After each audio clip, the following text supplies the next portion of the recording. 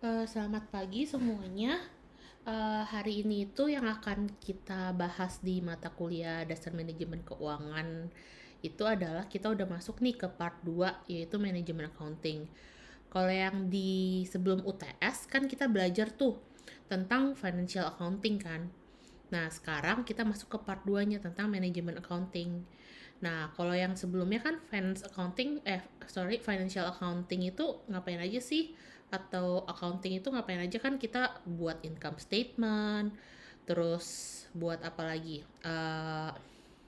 Laporan laba rugi kan, income statement, terus abis itu bikin statement of financial position kan. Kalau misalnya di manajemen accounting ini, yang kita mau pelajarin adalah gimana caranya kita tahu tentang cost. Cost itu apa sih? Biaya itu gimana sih kita tahu? Nanti ada fixed cost, ada variable cost, terus abis itu nanti ada perhitungan cost-cost lainnya, itu untuk manajemen accounting. Jadi kita harus, pokoknya kalau di manajemen accounting itu kebanyakan nanti belajarnya adalah tentang cost gitu. Nah, yang pada pagi hari ini itu adalah kita akan bahas topik pertama kita di manajemen accounting, yaitu the relevance and behavior of cost. Jadi, cost itu behaviornya sama relevansinya tuh apa sih gitu. Nah, ini seperti biasa ya learning outcome-nya. Nanti di sini kita belajar apa aja, belajar tentang relevant cost, outlay cost, opportunity cost, terus ada fixed cost sama variable cost, terus abis itu ada break even point, terus ada marginal analysis. Nah, jadi pertama kita mesti tahu dulu nih, apa sih itu cost kan? Nah, cost itu apa sih? Pokoknya cost itu kan bahasa Indonesianya adalah biaya. Jadi biaya itu merepresentasikan apa? Kalau namanya biaya berarti ada yang sesuatu yang kita harus bayar dong, namanya aja biaya kan. Berarti kalau kita harus bayar berarti kita ada yang harus kita sacrifice.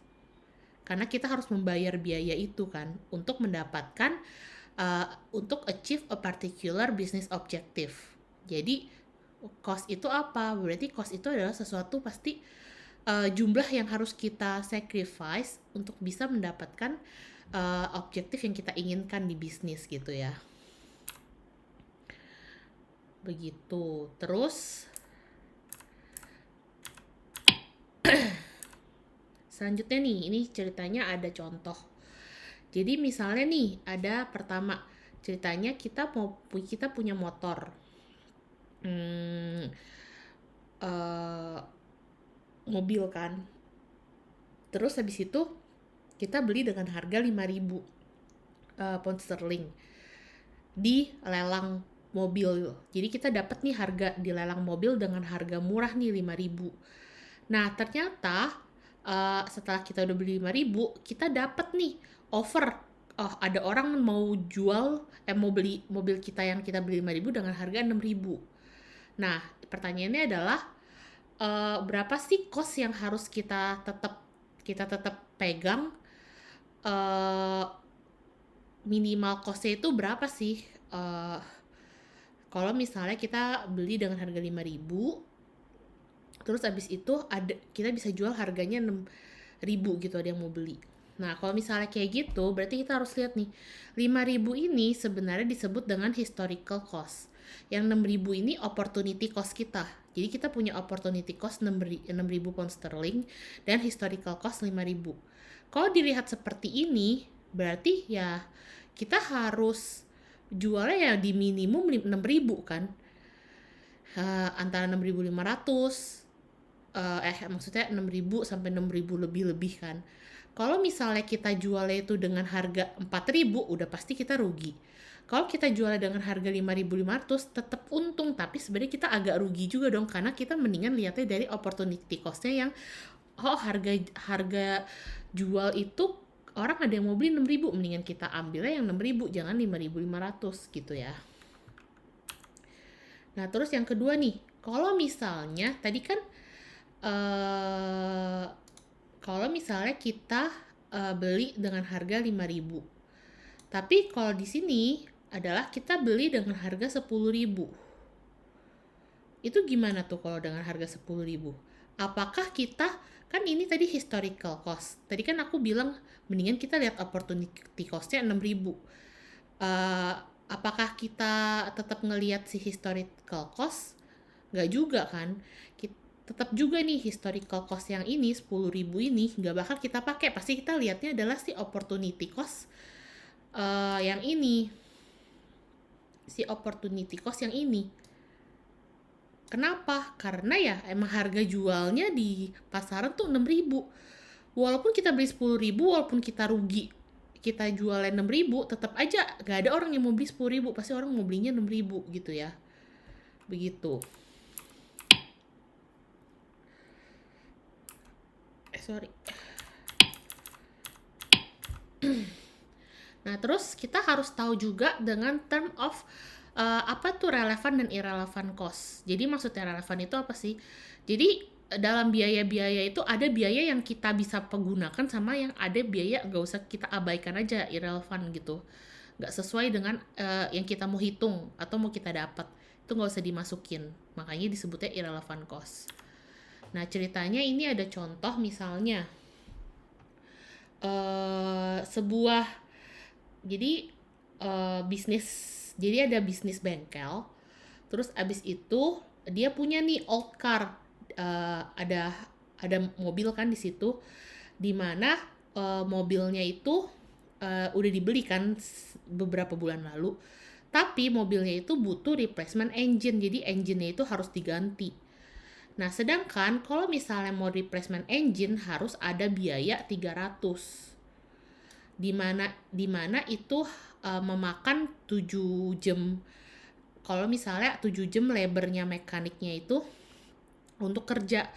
Nah, sedangkan mekaniknya itu gajinya adalah 15 pound sterling per hour gitu ya. Ini kan 7 jam. Sedangkan dia di pay-nya itu dibayarnya itu 15 pound sterling per hour. Nah, kalau misalnya kita lihat seperti ini, nah kalau di sini kan dibilang nih, at present the garage is short of work but the owner, jadi tuh kerjaannya tuh lagi sedikit nih saat-saat ini, tapi dia tetap mempertahankan si mekaniknya itu. Soalnya kenapa? Karena mekanik itu susah didapat, skillnya itu menurut dia skill labor itu susah didapat kalau misalnya dia, jadi dia tetap mempertahankan walaupun pekerjaan si bengkel itu masih lagi kurang lah, lagi turun, mungkin kayak pandemi ini lagi semuanya lagi turun. Nah, terus dibilang nih pertama kali dibeli si car-nya itu, mobilnya itu harganya adalah 3.000. Harga mobil adalah 3.000. Ternyata walaupun gak usah, kan ini tadi harga mobil 3.000 itu harus mobil itu harus ada replace engine-nya kan. Walaupun gak di replace engine-nya, ternyata mobil itu bisa kejual seharga 3.500. Ditanya lah, berapa sih minimum price-nya si bengkel itu untuk bisa jual mobil itu gitu ya, dengan recondition-nya engine gitu. Nah, ini jawabannya langsung kayak gini aja.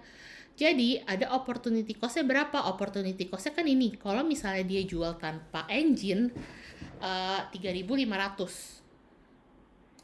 Terus abis itu kalau cost recondition engine dia benerin, kan ini walaupun maksudnya kayak gini nih, ini opportunity cost. Kenapa ini yang dipakai adalah yang 3.500? Karena kan ini kan harga dia beli kan. Berarti kita lihat dong harga opportunity cost-nya seperti yang slide sebelumnya sudah aku jelasin. Nah, berarti kita ambil lah si opportunity cost-nya 3.500. Nah, si 3.500 itu kan harga pasaran lah segitu. Terus kita tinggal tambahin cost kalau misalnya ada recondition engine, yaitu 300, sorry. Jadi total minimum price-nya adalah ini, si 3.800 minimum price-nya. Nah, kalau kita lihat ngomongin tentang relevan dan irrelevant cost, yang relevan cost itu apa? Yang relevan cost adalah ini, 300. karena kan dia butuh penggantian mesin, berarti itu kan bener-bener cost yang harus dikeluarkan. Yang irrelevant apa? Pada saat keadaan ini yang irrelevant adalah kita nggak usah hitung costnya si mekanik ini.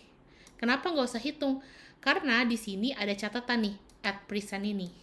Yang tadi aku bilang, si bosnya ini walaupun sekarang lagi sepi, dia tetap mempertahankan. Mau sepi, mau rame, dia tetap bakal bayar itu $15 pound sterling untuk mekaniknya. Jadi mau sepi mau enggak ya 15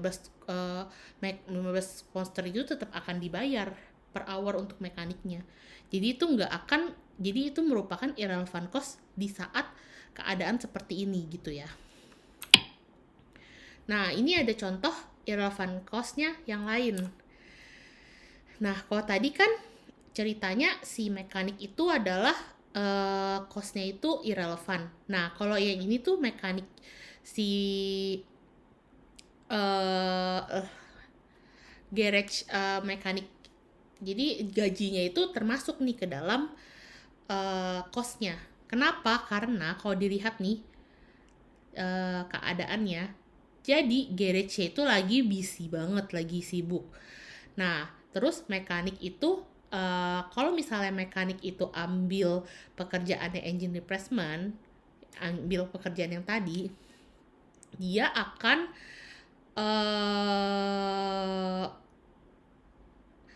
dia akan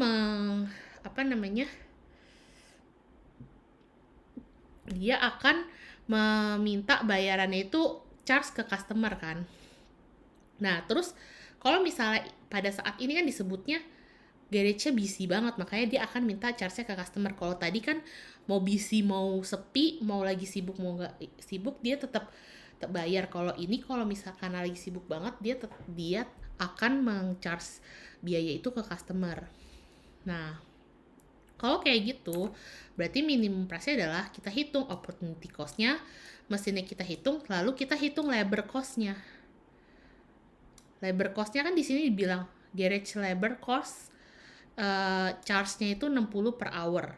Berarti kita langsung hitung 60 kali 7, 420. Jadi totalnya adalah, minimumnya adalah 4.220. Pertanyaannya, kenapa mekanik ini nggak kehitung? Karena di sini itu kita langsung ambil yang garage labor-nya. Jadi kan kalau misalnya kita benerin kita benerin semuanya, kita bukan menggunakan jasa si mekanik aja. Jadi keseluruhan labor garage-nya, bengkelnya. Makanya kita pakainya itu adalah garage labor cost-nya gitu. Semoga ngerti ya. Jadi yang tadi tuh cost itu apa, terus abis itu di cost itu ada sebutannya yang irrelevant dan relevan. Berarti ada cost-cost yang boleh kita masukin dan tidak kita masukin tergantung dengan keadaan di soal-soal atau keadaan activity yang real kita lihat gitu ya. Lanjutnya itu adalah cost behavior. Cost behavior itu maksudnya apa? Jadi si biaya ini bisa diklasifikasikan menjadi beberapa. Yaitu pertamanya itu diklasifikasikan kalau misalnya dia fix. Biayanya itu fix.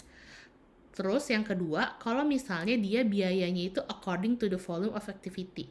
Jadi kalau biayanya fix, itu beda lagi klasifikasinya. Kalau misalnya biaya itu berdasarkan activity tertentu, itu namanya beda lagi. Nah, maksudnya apa? Jadi ada dua. Ada namanya fixed cost, ada yang namanya variable cost. Dari namanya aja kan udah merepresentasikan behaviornya kan. Kalau fixed cost itu berarti biayanya itu akan stay fix. Walaupun ada pertambahan apapun ya segitu aja, pokoknya biayanya tetap segitu. Nah, kalau sedangkan variable, dia akan biayanya itu akan berubah tergantung aktivitasnya gitu. Nah, contohnya apa nanti akan dijelaskan nih. Contohnya sekarang kita lihat yang fixed cost. Jadi fixed cost itu secara garis besar kalau digambarkan dengan grafik, dia terus aja. Terus aja. Nah, tapi bisa jadi nanti fixed cost-nya itu contohnya apa aja. Misalnya rent, biaya sewa itu kan pasti setahun nih segitu-segitu aja, nggak setiap bulan naik, kecuali setiap bulan naik sih, tapi kan jarang kan. Kalau rent ya pasti fix ya, harus kita bayar segitu ya segitu gitu ya. Insurance, terus cleaning cost, employee salary, itu kan biaya yang segitu. Kecuali nih misalnya fixed cost juga bisa, tadi kan yang di slide sebelumnya dia kan grafiknya begini, tapi bisa juga fixed cost kayak gini. Jadi dia berubah, ada perubahan nih di sini, perubahan, tapi perubahannya itu ya nggak tiba-tiba, nggak secara variabel atau berdasarkan apa gitu. Bisa berubahnya itu ya misalnya kalau rentnya naik ya dia pasti berubah, tapi kan tetap aja segitu kan.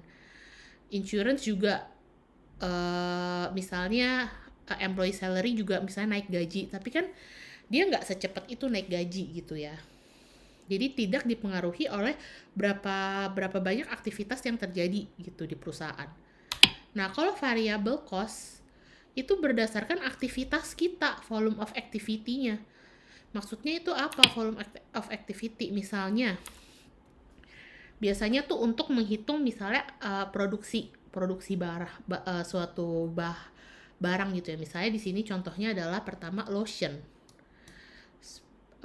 Misalnya kita mau produksi lotion itu kan materialnya banyak, tergantung materialnya itu apa, terus tergantung materialnya itu lagi naik atau enggak, materialnya nambah ini, pasti kan itu variabelnya itu banyak kan, makanya itu disebut variable cost. Terus laundry cost buat laundry cost juga, misalnya tergantung deterjennya, tergantung pakai pewangi atau enggak, pewanginya ditambahin lebih wangi atau enggak, kayak gitu, itu namanya variable cost. Terus sausage material itu misalnya kita mau hitung pedas atau enggak sosisnya, terus abis itu sosisnya ayam atau sapi, terus pakai plastik atau enggak, bungkusnya kayak gimana, itu namanya disebut variable cost gitu. Begitu juga kopi ya, misalnya kita mau buat kopi hitam sama kopi hitam sama kopi susu kan beda tuh harganya. Nah itu karena ada variable cost tuh di situ, karena kan bahan-bahan materialnya beda gitu ya. Nah selanjutnya ada juga yang disebut dengan semi fixed cost atau semi variable cost. Itu maksudnya apa? Jadi kalau misalnya dia itu mix antara fixed dan variable cost, maksudnya apa? Jadi contohnya electricity. Jadi misalnya kalau misalnya electricity itu maksudnya listrik. Biaya listrik itu kalau misalnya di tempat barbershop atau salon gimana ya? Jadi misalnya salon, biasa kan kita potong rambut kalau misalnya Sinca atau hari-hari tertentu atau Natal kan itu pasti lagi rame-ramenya untuk potong rambut. Berarti ada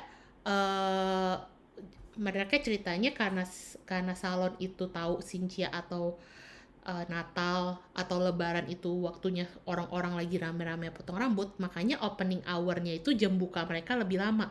Harusnya dari jam 8 pagi sampai jam 3 sore, sekarang jadi jam 8 pagi sampai jam 6 malam.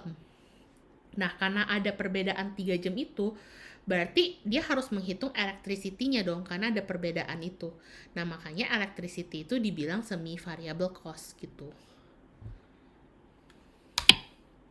Nah, selanjutnya ini contoh graph of total cost. Jadi total cost itu apa sih? Fixed cost ditambah variable cost, makanya jadi adalah total cost gitu ya. Nah, selanjutnya ini ada term namanya break even point. Namanya aja break even point, ini kalian harus tahu termnya ini apa maksudnya. Jadi break even point itu dimana jadi kita itu nggak untung, nggak rugi. Jadi ya impas gitu, titik impas. Jadi itu biasanya untuk menganalisis ya supaya kalau misalnya kita buka usaha, balik modalnya titik impasnya itu kapan sih, pada saat kita nggak rugi, kita nggak untung juga. Nah itu namanya break even point. Nah break even point itu perhitungannya itu apa sih maksudnya? Nih tampilannya itu kayak gini nih grafiknya, secara grafiknya. Jadi kan di sini ada fixed cost, terus habis itu ada variable cost. Itu kan fixed cost tambah variable cost jadi total cost. Terus di sini ada profit, ada loss. Nah, titik antara profit dia nggak profit atau nggak close itu adalah namanya si break even point ini. Gitu ya.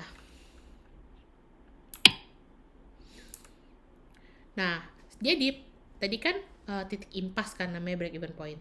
Berarti harusnya total sales revenue sama dengan total cost. Makanya dia impas. Gak rugi, gak juga untung. Nah, kalau kita jabarin ini untuk jadi selanjutnya ini tuh adalah step by step untuk dapetin rumus break even point gitu ya. Jadi karena biar kalian ingat aja, kalau misalnya break even point itu kan titik impas, berarti kalau titik impas itu revenue dan cost itu sama. Nah, sedangkan total cost itu apa tadi? Total cost itu kan dari sini kan.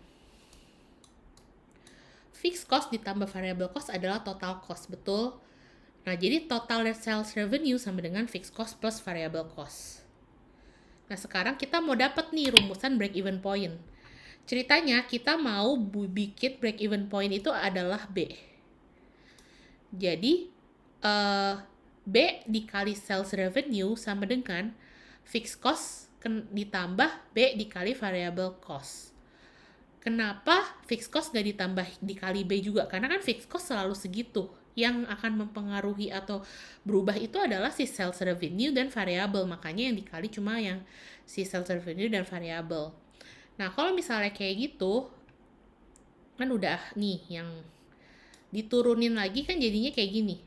B kali sales revenue per unit dikurang, ini dipindah ke sini jadi kan minus. B dikali variable cost per unit sama dengan fixed cost.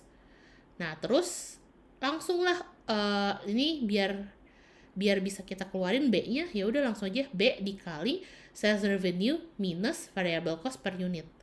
Nah, kalau misalnya kita mau dapat break even point-nya, jadi break even point-nya berapa? B sama dengan fixed cost dibagi ininya, kedua ini diturunin kan ke sini. Jadi fixed cost dibagi sales revenue per unit minus variable cost per unit.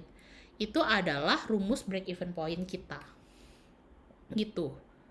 Jadi ikut aja break even point itu apa? Sales revenue sama dengan total cost. Berarti dalam perhitungan break even point yang harus kita perhatikan harus ada fixed cost, harus ada sales revenue dan variable cost.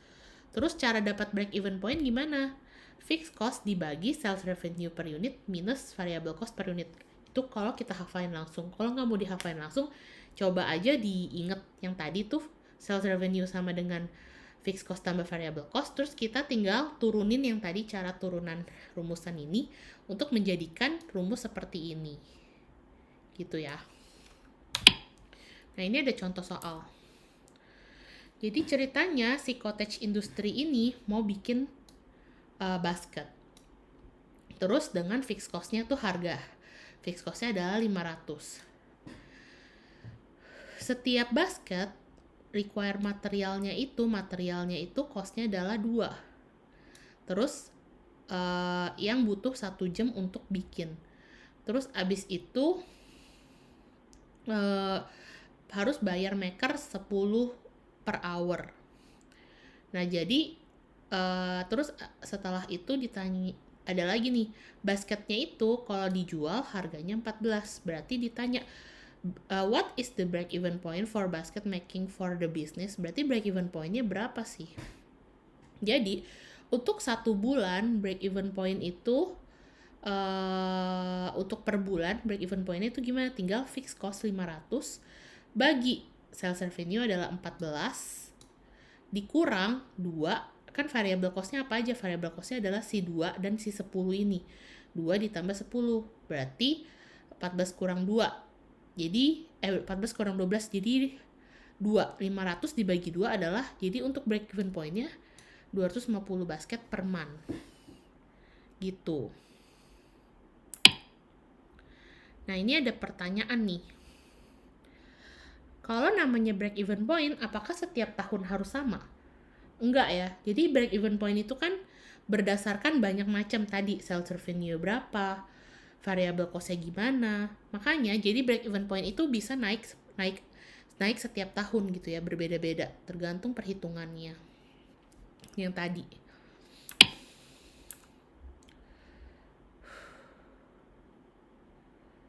Jadi tujuan break even point itu buat menganalisa apa, kita bisa tahu lah ya kapan sih kita dapat titik impas gitu untuk bikin judgement gitu ya. Nah ini ada contoh. Contohnya itu berhubungan dengan yang tadi contoh 7.1 yang bikin basket juga. Tapi kalau di sini itu tadi itu kan tidak menggunakan mesin. Kalau di sini itu business has the opportunity to rent a basket making machine.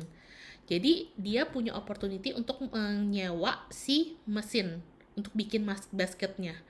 Nah, kalau misalnya dia sewa, dia harus keluarin total fixed cost adalah 3.000. Gitu ya.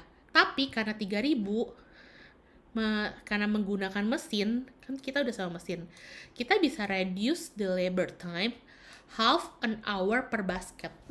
Jadi kita bisa reduce to labor time-nya. Nah, terus the basket maker will still be paid 10 pound sterling an hour. Ada 3 nih pertanyaannya. Kita disuruh bikin profitnya setiap bulan without sama with machine.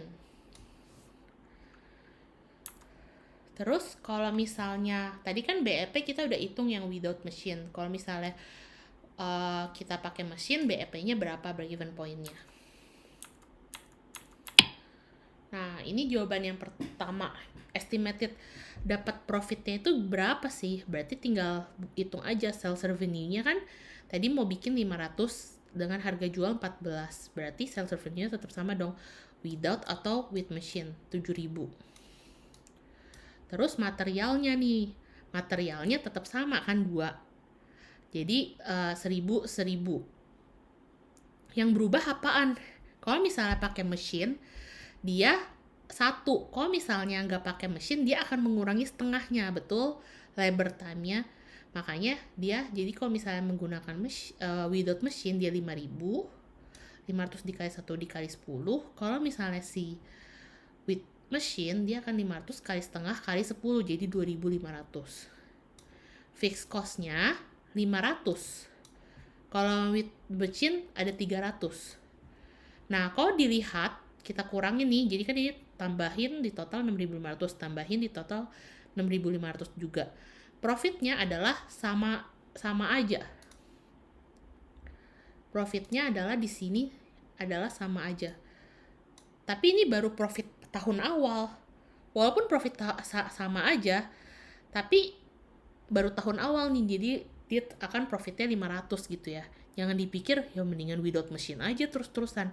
Kita harus hitung nanti break even point selanjutnya atau profitnya untuk kedepannya gitu ya. Nanti ada di yang selanjutnya gitu. Jadi perhitungan profit kan tinggal gitu doang ya, sales revenue dikurangin sama semua cost kita, profitnya berapa.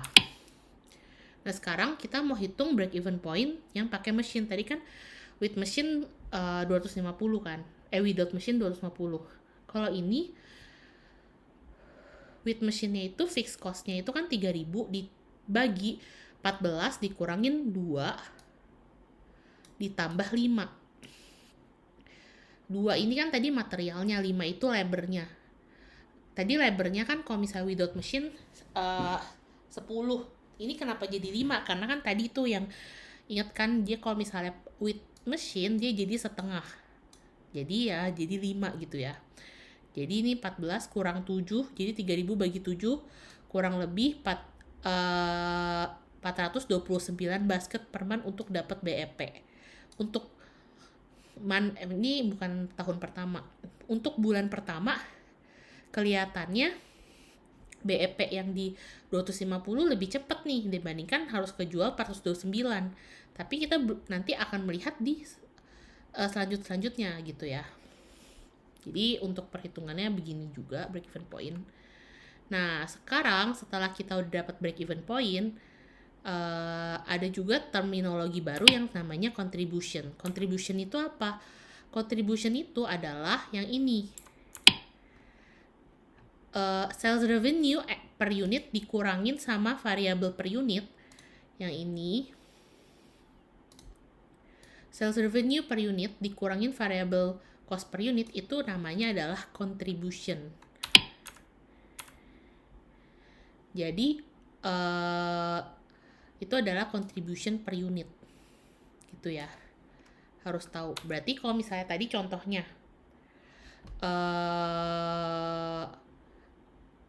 kalau misalnya yang best kita yang tadi tuh contoh yang bikin basket, kalau misalnya yang without machine contribution per unitnya adalah 2. Karena apa? Karena tadi 14 dikurangin 12 gitu ya, 2 ditambah 10 ya kan. Kalau misalnya yang with machine yang ini 14 dikurangin 2 ditambah 5 jadi 7. Jadi itu namanya adalah si contribution per unit gitu ya. Itu adalah 7 contribution per unitnya. Nah, tujuan contribution per unit itu apa sih? Nanti akan dijelaskan nih, ada contohnya. Jadi ini pertama-tama kita tahu dulu kalau misalnya contribution tadi kan pokoknya contribution per unit itu adalah sales revenue yang tadi dari BEP ke sales revenue dikurangin variable cost. Nah, ada juga namanya contribution margin ratio. Contribution margin ratio ini maksudnya apa? Aduh nih, perhitungan lagi. Ini nggak usah dipusingin. Ini maksudnya apa? Tadi contribution per unitnya, kalau secara persentase berapa sih? Kalau dipersentasein, itu adalah contribution margin ratio. Jadi tinggal cara presentasiin kan tinggal begini doang. Without a machine, ini perhitungan buat contributionnya.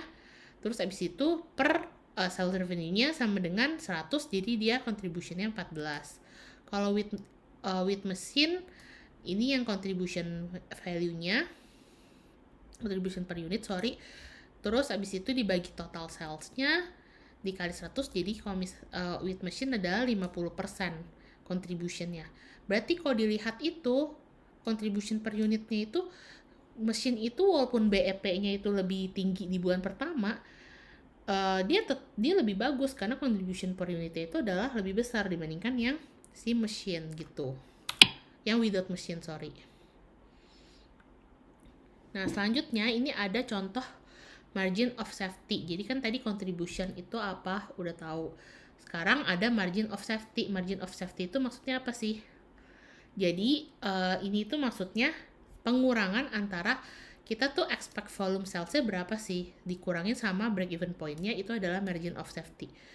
Margin namanya aja safety, berarti margin keamanannya. Kira-kira kita tuh aman kalau misalnya gimana gitu. Berarti kalau misalnya tinggal dikurangin aja sales-nya, expected volume of sales kita berapa, dikurangin BEP-nya. Itu adalah si margin of safety. Selanjutnya ini yang operating gearing. Tadi operating gearing ini berhubungan banget sama yang tadi contribution value per unit. Jadi operating gearing itu maksudnya relationship between contribution and fixed cost. Makanya dia berhubungan nih sama contribution value per unit. Relationship between jadi dia akan berhubungan dengan fixed cost-nya. Kita ambil contoh aja. Jadi kayak gini nih, kalau di sini dikasih tahu, kalau misalnya high fixed cost, dia akan high operating gearing. Jadi kalau misalnya high fixed cost-nya high operating gearing. Nah, ini itu bagus atau enggak? Bisa bagus, dia bisa menaikkan profitnya. Untuk di selanjutnya nih, contohnya yang kayak gini nih. Misalnya ini ya, volumenya. Volumenya itu kalau misalnya without machine kita mau jual 500, 1000 sama 1500. 500, 1000, 1500. Ini yang without machine, ini yang pakai mesin. Nih, ini yang contribution. Kalau misalnya contributionnya itu pada saat without machine ini 1000, 2000, 3000. Ini 3500, 7000, 10500 itu contributionnya. Nah, fixed cost-nya adalah 500, 500, 500. Ini fixed cost-nya kan 3.000, 3.000, 3.000. Kalau kita hitung, ini tinggal, kalau kita hitung nih, si contribution-nya dikurangin fixed cost-nya, jadi profit-nya itu adalah, kalau profit karena ada operation gearing ini, fixed cost-nya itu kan high. Kalau misalnya with machine itu fixed cost-nya itu kan tinggi, 3.000 kan. Sedangkan kalau misalnya without machine, fixed cost-nya itu rendah, 500. Tapi profitnya semakin banyak volume kita jual, volume yang mau kita produksi basket, malah bisa menghasilkan profit yang lebih banyak. Contohnya aja, kalau ini 500 baru dapetin 1.500 kalau 1.000. Kalau 1.500 produksinya baru dapat 2.500 untungnya. Kalau misalnya pakai mesin, dari yang awal 500 sama profitnya, tiba-tiba kalau kita naikin volume jadi 1.000, dia naik jadi 4.000. Kita naik 1.500, dia naik jadi 7.500. Itu sangat beda banget kan? Gitu. Jadi jangan kalian mikir karena pas dibeli itu profitnya sama awalnya. Ini kan 500 profitnya sama nih ya, yang with sama without machine. Tapi kalau misalnya volume ditambah, bisa menghasilkan profit yang lebih gede. Karena kan tadi contribution-nya beda kan. Gitu.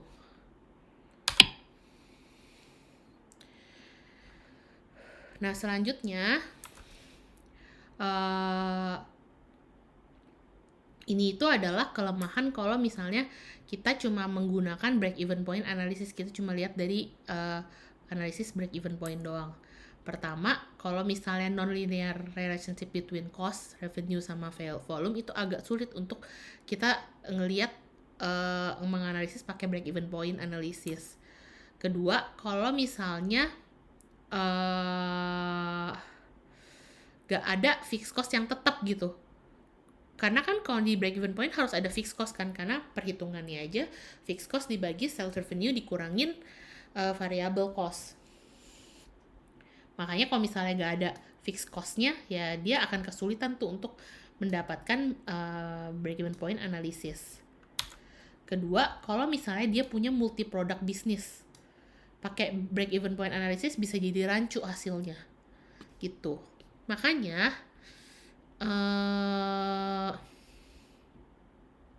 ada yang disebut dengan marginal analysis. Ini bukan cost ya, marginal analysis, dimana dia tidak memperhitungkan fixed cost. Jadi kita ignore fixed cost-nya untuk perhitungannya. Biasanya dia buat hitung apa? Misalnya mau assessing contract, terus abis itu using scarce resource, make or buy decision, closing or continue activity. Itu ya. Ini kontrak kita mau lanjut atau enggak nih. Terus abis itu scarce resource itu resource ada produk-produk yang banyak, terus kita mau pilih nih yang mau di priority yang mana. Gitu ya. Terus kalau make or buy decision, ceritanya kita mau produksi sendiri atau outsource nih gitu. Nah, terus selanjutnya kalau close on continue activity, kita mau lanjutin atau enggak aktivitasnya gitu. Ini ada contoh ya. Perhitungannya. Kalau misalnya ini untuk menilai kira-kira mau enter kontrak atau enggak. Misalnya nih, contoh soalnya itu ini. Sama nih ceritanya, mau produksi si basket itu, tapi ini untuk overseas, jadi untuk yang di luar negeri. Dengan bisnis ordernya itu 300 basket di harga 13. Tadi kan kalau misalnya di dalam negeri harganya 14 kan. Sedangkan di sini tuh harganya 13 kalau untuk luar negeri. Terus abis itu pokoknya kita ceritanya nggak mau wider isu-isu yang lain lah ya, kayak misalnya harganya kok beda di luar negeri, harga lebih jualnya lebih murah atau gimana. Pokoknya kira-kira kita nggak usah pikirin itu, kita mau terima nggak ordernya. Kalau misalnya menggunakan marginal analysis, kita kan tidak memperhitungkan si fixed cost-nya kan. Berarti langsung aja revenue-nya itu berapa sih? 13. Terus cost per unitnya itu adalah 12. Berarti cost per unit itu apa sih yang variable cost tadi? Di sini tuh ceritanya yang tidak pakai mesin ya, yang tadi 10 ditambah 2. Labornya ditambah materialnya. Berarti ya udah contribution per unitnya itu adalah 1. Berarti kalau misalnya 1 pound sterling kan, berarti kita bisa dapat 300 kali 1 nih, bisa dapat 300 pound sterling. Ya udah itu ambil aja gitu. Karena kita nggak usah pikir-pikirin fixed cost-nya. Selanjutnya ceritanya ini nih tadi, untuk scarce untuk misalnya kita punya banyak produk-produk, jenis produk. Kita mau yang mana nih pilihnya? Nah, ini tuh ceritanya ada service code, yaitu adalah AX107, AX109, dan AX220. Dengan selling price-nya ini, variable cost-nya ini, contribution per unit, labor time-nya segini. Kalau misalnya kita lihat, berarti ini tuh yang mana yang harus diprioritiin? Yang harus diprioritiin itu adalah, langsung aja lihat yang sini deh, biar lebih ngerti. Nah ini, berarti ini. Berarti kita kalau misalnya dikasih lihat soal kayak gini, langsung aja ambil kayak gini nih, selling price-nya. Misalnya nih B14 adalah 25, B17 adalah 20, B22 adalah 23. Langsung dikurangin variable cost kan tanpa mikirin si fix ya. Ceritanya kan ini marginal analysis. Berarti langsung dapat contribution per unitnya. Kita harus hitung contribution 15, 12, dan 11. Berarti machine time per unitnya itu adalah 4, 3, dan 2. Nah, terus berarti kita hitung nih contribution machine per hour itu berapa? Berarti 15 bagi 4, 12 bagi 3, 11 bagi 4. Dapat nih. Baru kita bisa pilih order priority-nya itu produk mana aja yang mau kita priority-in untuk kita produce. Berarti kita cek yang contribution per hour-nya itu adalah ini yang pertama 4. Terus kedua ini. Ini adalah yang kita tuh kalau misalnya mau order ya udah kombinasinya misalnya disuruh 2. Kita kombinasiin 2 dulu. Ini. Baru kalau misalnya kombinasiin yang ini tuh kurang cocok. Gitu. Untuk memaksimalkan itu yang ini nih. Ini sorry, tadi kan soalnya ya, itu tadi jawabannya. Machine time is limited for 148 hour. Untuk memaksimalkan kayak gini, which combination of product should be manufactured? Nah, jadi si marginal ini sangat bagus nih untuk kita tahu nih prioritas-prioritasnya kita mau produce yang mana dulu nih. Gitu.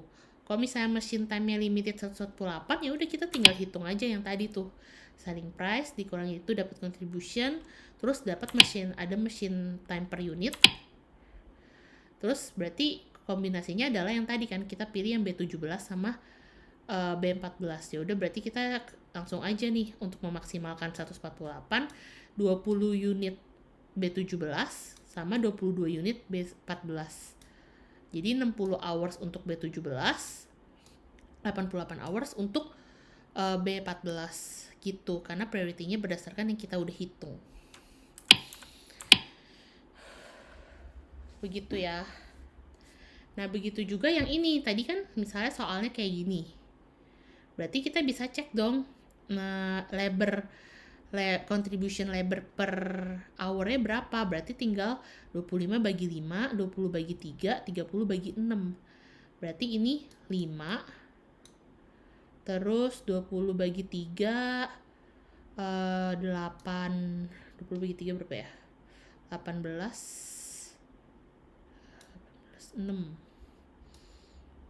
6 koma berapa, terus habis itu 30 bagi 6 kan 5. Berarti yang akan kepilih adalah generate yang ini nih, si AX107 sama combinationnya AX220, baru yang ini prioritas pertama, kedua, atau ini bisa bolak-balik karena kan sama. Terus ini prioritas ketiga gitu ya. Nah, selanjutnya ini untuk tentuin make or buy decision itu tuh tadi. kita mau produksi sendiri atau subkon ya. Nah itu dinilainya dari mana? Pertama dari sini. Kita lihatlah soalnya.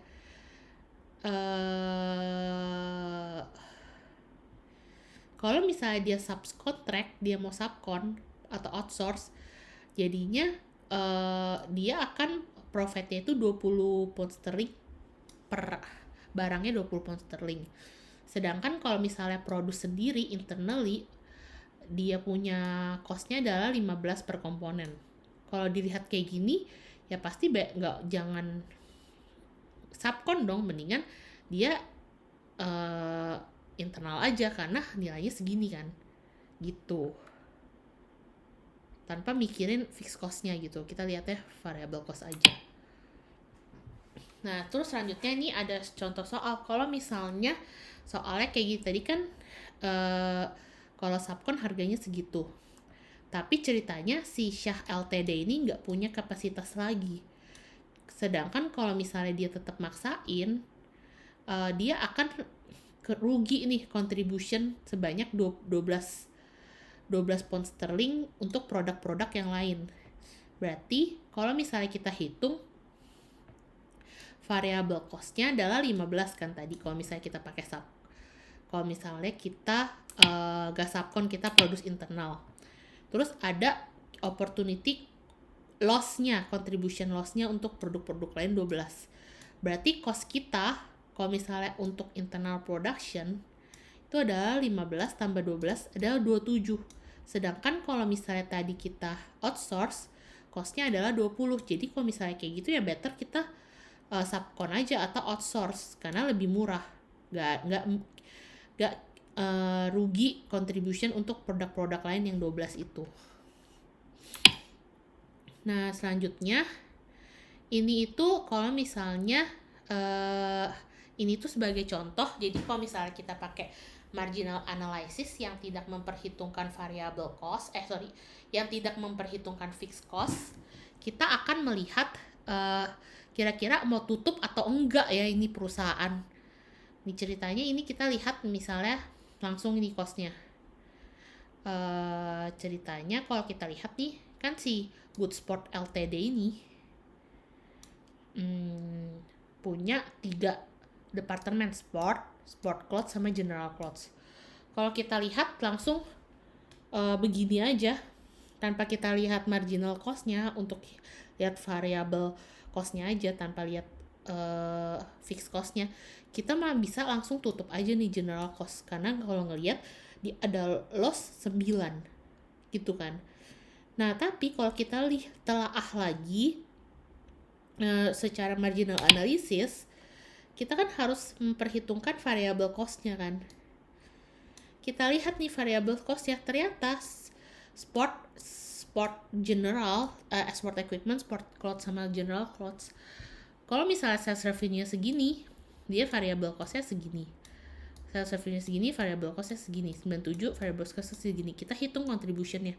Ternyata si general clothes ini punya contribution-nya itu nggak minus. Dia ada contribution 37.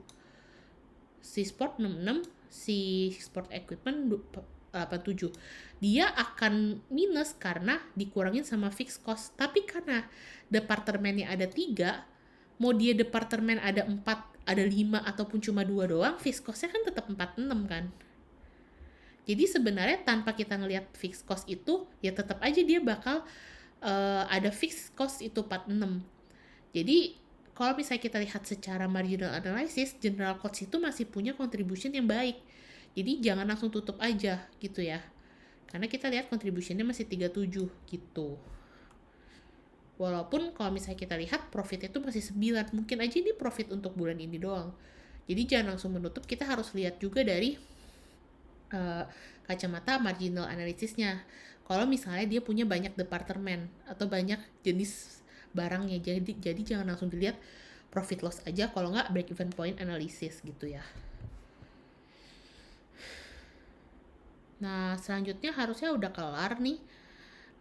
Jadi ada tugas yang harus kalian kerjain, ada 3 yang harus kalian cari. Jadi ini tentang Kan Ltd yang punya tiga tipe service, ada alpha, beta, sama gamma.